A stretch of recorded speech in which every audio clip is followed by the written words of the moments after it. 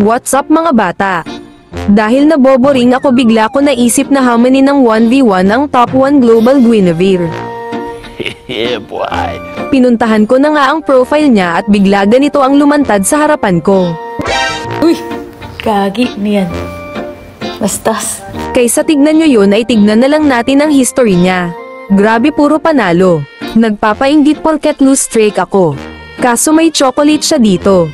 Naku, sabi na ba mahina ito? Anyabang mo, angas mo ah. Tinignan ko nga ang matches niya, grabe 7k matches. Hindi na siguro ito naglalaban ng brief niya.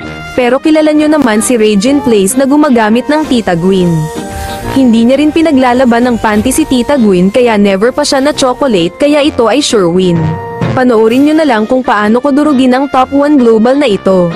Dito nga nagkasabunutan kami ng maaga. Parehas naman kaming level 1 pero bakit sobrang sakit niya? Naka-cheat siguro siya.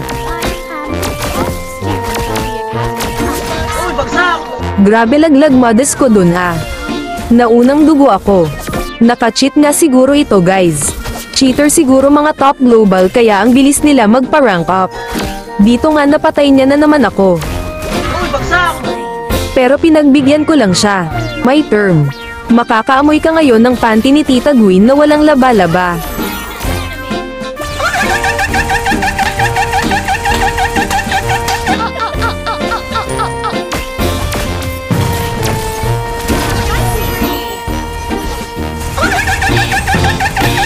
Dito nga ay hindi na makapalag sa akin ang top 1 Global Guinevere.